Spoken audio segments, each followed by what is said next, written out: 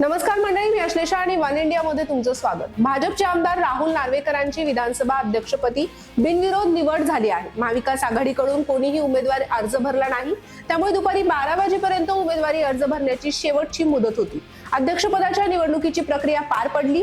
एकमेव अर्ज असल्याने राहुल नार्वेकरांच्या नावाची घोषणा करण्यात आली. महाराष्ट्रामध्ये एकनाथ शिंदे यांनी शिवसेनेमध्ये बंड केला आणि त्यानंतर भाजप बरोबर जात सरकार स्थापन केलं. त्यानंतर विधानसभा अध्यक्षपद भाजपनं त्यांच्याकडे घेतलं होतं.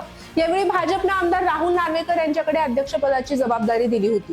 त्यानंतर आता पुन्हा राहुल नार्वेकर यांच्याकडे विधानसभेचं अध्यक्षपद जाणार आहे. राहुल नार्वेकरांच्या नावाची घोषणा सुद्धा करण्यात आली आहे. या काळामध्ये महाविकास आघाडीकडून एकाही उमेदवाराने अर्ज दाखल केला नाही, त्यामुळे राहुल नार्वेकर हे बिनविरोध अध्यक्ष झाले. नार्वेकर हे दुसऱ्यांदा विधानसभा अध्यक्ष झालेत.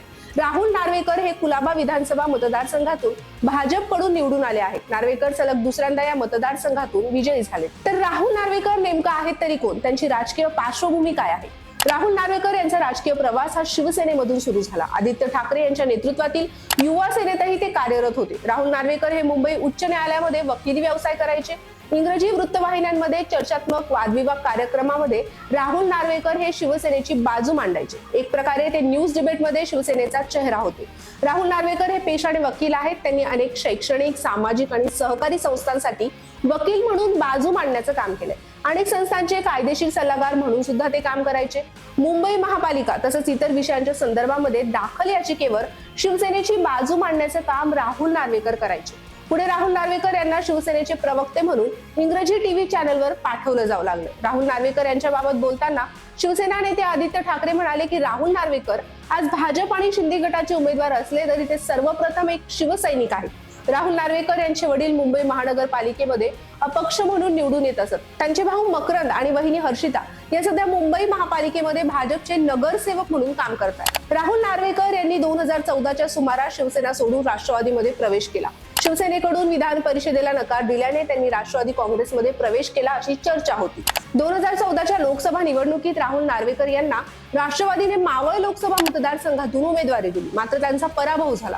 पुढे राष्ट्रवादीने त्यांना विधान परिषदेवर पाठवले.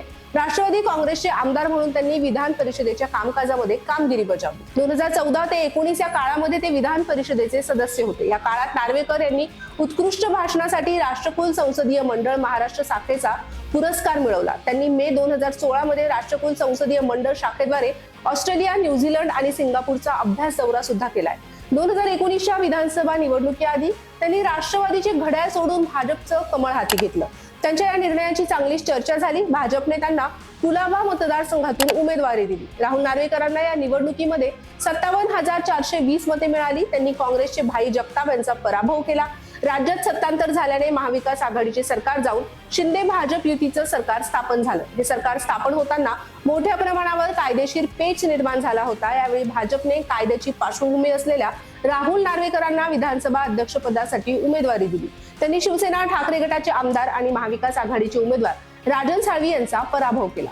राहुल नार्वेकर यांच्या कुटुंबाला राजकीय पार्श्वभूमी आहे. त्यांच्या कुटुंबातील सदस्यांनी मुंबई आणि रायगड जिल्ह्यातील स्थानिक स्वराज्य संस्थांमध्ये विविध पदावर काम केले. राहुल नार्वेकरांचे वडील हे मुंबई महापालिकेमध्ये नगरसेवक होते, तर त्यांचा भाऊ मकरंद नार्वेकर हे मुंबई महापालिकेत 2 वेळेस नगरसेवक आहेत. तर त्यांची मेहुणी हर्षिता देखील मुंबई महापालिकेतून नगरसेवका म्हणून निवडून आली. राष्ट्रवादी काँग्रेस पक्षाचे ज्येष्ठ नेते आणि विधान परिषदेचे माजी सभापती रामराजे नाईक निंबाळकर हे राहुल नार्वेकर यांचे सासरे आहेत. उपमुख्यमंत्री देवेंद्र फडणवीस म्हणाले, राहुल नार्वेकर हे आज महाराष्ट्रातलेच नाही तर देशातले सर्वात तरुण विधानसभा अध्यक्ष ठरलेत. तरुण सहकारी म्हणून विधान परिषद तसंच विधानसभेच्या सभागृहामध्ये त्यांनी अतिशय चांगलं काम केलं होतं.